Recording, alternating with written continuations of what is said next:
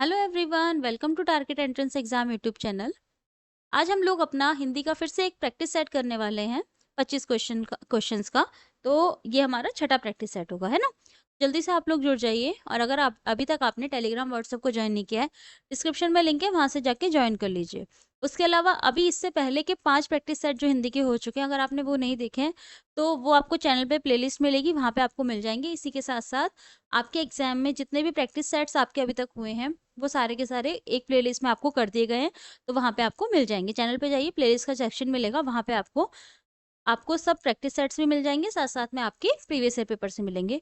तो आपकी तैयारी में बहुत ज़्यादा हेल्पफुल होने वाले हैं। तो जाइए वहाँ से वो भी कर लीजिएगा, ठीक है। चलिए, आज का हमारा पहला क्वेश्चन स्टार्ट करते हैं। पहला क्वेश्चन है हमारा, चंद्रमौली शब्द किस समास से बना है। चंद्रमौली शब्द किस समास से बना है। बहुव्रीहि, द्वंद्व, अवयवी भाव या तत्पुरुष। बताइए कौन से समास से बना है चंद्रमौली शब्द, बताइए। बहुव्रीहि, द्वंद्व, अवयवी भाव या तत्पुरुष। तो इसका सही आंसर क्या हो जाएगा? इसका सही आंसर है हमारा बहुव्रीहि, है ना। तो ए इसका बिल्कुल सही आंसर हो जाएगा। ए इसका बिल्कुल सही आंसर हो जाएगा। Next question.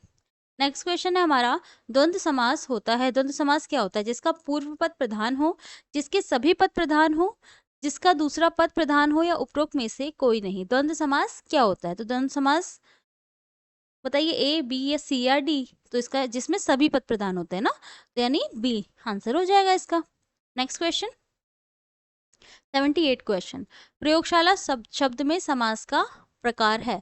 प्रयोगशाला शब्द में समास का प्रकार है अवयवी भाव, द्विगु, द्वंद्व या तत्पुरुष। बताइए प्रयोगशाला शब्द में समास का कौन सा प्रकार है। सही आंसर हमारा क्या हो जाएगा? तत्पुरुष, है ना। तत्पुरुष समास है इसमें। चलिए 78 का डी आंसर हो जाएगा। नेक्स्ट क्वेश्चन है हमारा 79 क्वेश्चन। निम्नलिखित वाक्य में रिक्त स्थान भरने के लिए 4 विकल्प दिए गए हैं, इनमें से उचित विकल्प चुनिए। उचित विकल्प बताना है आपने। मुझे डैश है कि आप मेरे मनोभाव ना समझ सके, खेद, शोक, दुख या दर्द। बताइए तो क्या आंसर हो जाएगा इसका? मुझे खेद है ना। तो ए इसका बिल्कुल सही आंसर हो जाएगा। नेक्स्ट क्वेश्चन, शुद्ध वाक्य बताना है आपको इसमें। मेरी 5 बहनें और एक भाई है। मेरी 5 बहनें और एक भाई है। मेरा एक भाई और 5 बहनें हैं। मेरी एक भाई और 5 बहनें हैं। शुद्ध वाक्य का आपको इसमें चयन करना है। बताइए इसमें शुद्ध वाक्य क्या हो जाएगा? इसमें हो जाएगा सी, मेरा एक भाई और 5 बहनें हैं। ठीक है, मेरा, मेरा, मेरी नहीं होगा, मेरा, मेरा एक भाई और 5 बहनें हैं। तो ठीक है, तो इसका सही आंसर हमारा हो जाएगा सी। नेक्स्ट क्वेश्चन की बात करें, 81 क्वेश्चन। 81 क्वेश्चन क्या कहता है कि माता पिता की तुष्टता करनी चाहिए, तूफान उगने का संदेह है, अनेक निरपराधी दंड के भागी हुए, या इसके एकमात्र 2 कारण हो सकते हैं। इसमें से शुद्ध वाक्य कौन सा है? तो इसमें से शुद्ध वाक्य कौन सा है? इसमें शुद्ध वाक्य है अनेक निरपराधी दंड के भागी हुए। और ये क्वेश्चन हमने ऑलरेडी करा हुआ है प्रीवियस ईयर में, है ना। तो ये हमने क्वेश्चन आराम से किया हुआ है, इसमें तो मुझे लग रहा है कोई दिक्कत नहीं होने वाली। अनेक निरपराधी दंड के भागी हुए, ठीक है। नेक्स्ट क्वेश्चन, वह एक महिला विद्वान थी, वह एक विदुषी महिला थी, एक विदुषी महिला थी वह, या वह एक विद्वान महिला थी। जो विद्वान महिला होती है उसके लिए विदुषी शब्द प्रयोग होता है, ठीक है। तो ये तो वैसे ही सुनने में गलत लग रहा है, विदुषी इसमें और इसमें। तो 20 का सही आंसर हो जाएगा, वह एक विदुषी महिला थी, ठीक है।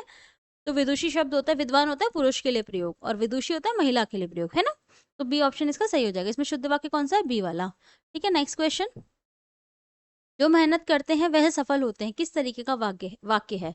जो मेहनत करते हैं वह सफल होते हैं। मिश्र वाक्य है, संयुक्त वाक्य है, सरल वाक्य है, इनमें से कोई नहीं। तो 83 क्वेश्चन का क्या आंसर हो जाएगा? जो मेहनत करते हैं वह सफल होते हैं, यह एक तरीके का मिश्र वाक्य है, ठीक है। तो ए हो इसका सही आंसर हो जाएगा। नेक्स्ट क्वेश्चन, मोर का पर्यायवाची इनमें से क्या है? मोर का क्या पर्यायवाची है इनमें से? कलापी, तड़िक, विशिख या विलक्षण। मोर का पर्यायवाची शब्द क्या होता है? कलापी। ए इसका बिल्कुल सही आंसर हो जाएगा, ठीक है। नेक्स्ट क्वेश्चन, नेक्स्ट क्वेश्चन है हमारा, बसंत के 4 पर्याय दिए गए हैं, इसमें त्रुटिपूर्ण कौन सा है? आपको बसंत के 4 पर्यायवाची दिए गए हैं, आपको त्रुटि बतानी है। ऋतुपति, कुसुमाकर, मधुमास या कांतार। तो क्या आंसर हो जाएगा इसका? तो इसका सही आंसर क्या हो जाएगा? कांतार, है ना। कांतार पर्यायवाची नहीं है इसका, तो डी इसका बिल्कुल सही आंसर हो जाएगा 85 क्वेश्चन का। D answer. ठीक है, नेक्स्ट क्वेश्चन, निंदा शब्द का विलोम होता है। निंदा शब्द का हमें विलोम बताना है। निंद्य, अनिंद्य, स्तुति या प्रस्तुति। तो निंदा करना किसी की और स्तुति करना, ठीक है, तो स्तुति इसका विलोम हो जाएगा। सी इसका बिल्कुल सही आंसर हो जाएगा। नेक्स्ट क्वेश्चन, निम्न शब्द का विपरीत अर्थ बताइए। निम्न शब्द का विलोम बताना है। निर्माण का विलोम क्या होगा? निर्यात, नवीन, विनाश या निर्माता। किसी चीज का निर्माण करना, बनाना, इसका होगा क्या? विनाश करना। ठीक है, 87 का सी हो जाएगा। देखिए इतने इजी इजी आते हैं, ऐसे कोई वैसे नहीं आते कि आप परेशान हो जाओगे, बहुत इजी क्वेश्चन आते हैं, आराम से कर ले जाओगे आप। नेक्स्ट क्वेश्चन, जिसकी आशा ना की गई हो उसे क्या कहते हैं? प्रति आशा, अप्रत्याशित, आशातीत या अप्रति आशा। ये क्वेश्चन भी हम कर चुके हैं प्रीवियस ईयर में। तो जिसकी आशा ना की गई उसे कहते हैं क्या? अप्रत्याशित। ठीक है, तो बी इसका बिल्कुल सही आंसर हो जाएगा। ठीक है, अच्छा आप बोलोगे आशातीत क्या होता है?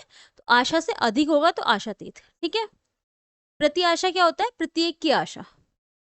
ठीक है, और अप्रति आशा क्या होता है? जिस किसी ने भी आशा नहीं की गई होगी। ठीक है, तो वो हमारी होती है अप्रति आशा, किसी के द्वारा भी ना की गई आशा तो होती है अप्रति आशा।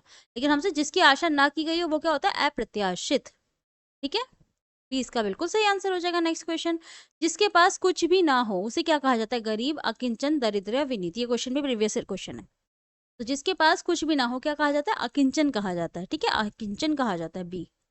नेक्स्ट क्वेश्चन, नेक्स्ट क्वेश्चन, मुहावरे आ गए हैं। अब मुहावरे का अर्थ बताना है आपने। कलेजा ठंडा होना, उसका अर्थ क्या होता है? बहुत खुश होना, मर जाना, किसी को कष्ट देना या संतोष होना। तो कलेजा ठंडा होना का अर्थ क्या होता है? संतोष होना, यानी डी इसका सही आंसर हो जाएगा, है ना। नेक्स्ट क्वेश्चन, घी का लड्डू टेढ़ा भला। घी का लड्डू टेढ़ा भला, लाभदायक वस्तु प्रत्येक प्रकार से अच्छी होती है, अच्छी वस्तु, बेकार वस्तु या कार्यहीन वस्तु। तो क्या आंसर हो जाएगा 91 क्वेश्चन का? घी का लड्डू टेढ़ा भला, यानी लाभदायक वस्तु हर प्रकार से अच्छी ही होती है। ठीक है, तो ए इसका बिल्कुल सही आंसर हो जाएगा। आंख का काटा, आंख का काटा क्या होता है? अप्रिय व्यक्ति, बहुत प्यारा, नफरत करना, आंखों में कांटा चुभना। आंख का काटा क्या होता है? अप्रिय व्यक्ति, है ना, तो इसका अर्थ क्या होता है? अप्रिय व्यक्ति। ए इसका सही आंसर हो जाएगा। नेक्स्ट क्वेश्चन, पेट में दाढ़ी होना। पेट में दाढ़ी होना, इस मुहावरे का अर्थ बताना है। छोटी आयु में बुद्धिमान होना, गुप्त बात छिपाना, भेद ना लगने देना या कपटी होना। पेट में दाढ़ी होना, इसका मतलब क्या होता है कि क्या होता है? छोटी आयु में बुद्धिमान होना, यानी 93 का ए का आंसर हो जाएगा। नेक्स्ट क्वेश्चन, मखमली जूते मारना। मखमली जूते मारने का क्या अर्थ होता है? मीठी बातों से लज्जित करना, व्यंग करना, धनी व्यक्ति को प्रताड़ित करना या अपमानित करना। तो मखमली जूते मारने का मतलब होता है मीठी बातों से लज्जित करना, है ना। ए इसका बिल्कुल सही आंसर हो जाएगा। नेक्स्ट क्वेश्चन, 95 क्वेश्चन, धूप में बाल सफेद ना करना। धूप में बाल सफेद ना करना, ये क्वेश्चन भी प्रीवियस ईयर क्वेश्चन है। अनुभवहीन जीवन व्यतीत करना, अधिक उम्र का व्यक्ति, अनुभवी जीवन बिताना है, बचपन में बाल सफेद होना। धूप में बाल सफेद ना करना, इसका मतलब क्या होगा? इसका मतलब होगा अनुभवी जीवन बिताना। 97 का सी हो जाएगा, है ना। हमारे घर में आपने देखा होगा बड़े बुजुर्ग कहते हैं कि हमने ऐसी थोड़ी ना धूप में बाल सफेद करे।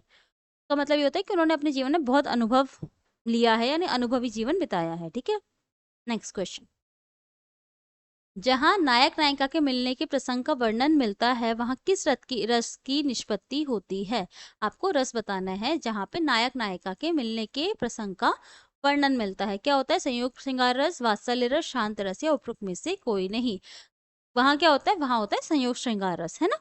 तो 96 का ए बिल्कुल सही हो जाएगा। नेक्स्ट क्वेश्चन, कनुप्रिया के रचनाकार हैं। कनुप्रिया के रचनाकार कौन है? रांगे राघव, भगवती चरण वर्मा, नागार्जुन या धर्मवीर भारती। तो कनुप्रिया किसकी रचना है? किसकी है? धर्मवीर भारती की। तो डी इसका सही आंसर हो जाएगा 97 का, है ना। नेक्स्ट क्वेश्चन, प्रकाशन वर्ष की दृष्टि से डॉक्टर हरिवंश राय बच्चन की रचनाओं का सही क्रम है। प्रकाशन वर्ष मतलब आपने देखना है कि सबसे पहले कौन छपा, फिर कौन छपा, फिर ऐसे करके मधुशाला, मधुबाला, मधुकलश या निशान निमंत्रण। तो आपको बताना है कि इसका सही आंसर क्या हो जाएगा। तो इसका सही आंसर हमारा ए हो जाएगा। मधुशाला 1935 में आई थी, 1935। मधुबाला की बात करूं तो 1936, ये मधुकलश 1937 और निशान निमंत्रण 1938, है ना। 1935, 36, 37 और 38। ओके, चलिए नेक्स्ट क्वेश्चन, सुमेल कीजिए, मिलान करना है, मिलान करते हैं। हिंदी साहित्य, हिंदी साहित्य सम्मेलन का हुआ था 1910 में, 1910 में। ठीक है, काशी नागरी प्रचारणी सभा, ये कब थी? 1893 में। और ये फिर आपका बी से मिल जाएगा। तो सही आंसर हमारा क्या हो जाएगा? सही आंसर हमारा हो जाएगा फर्स्ट का सी, सेकंड का ए, अच्छा सी इसका सही आंसर हो जाएगा, सी इसका सही आंसर हो जाएगा। ओके, चलिए नेक्स्ट क्वेश्चन और आज का हमारा लास्ट क्वेश्चन।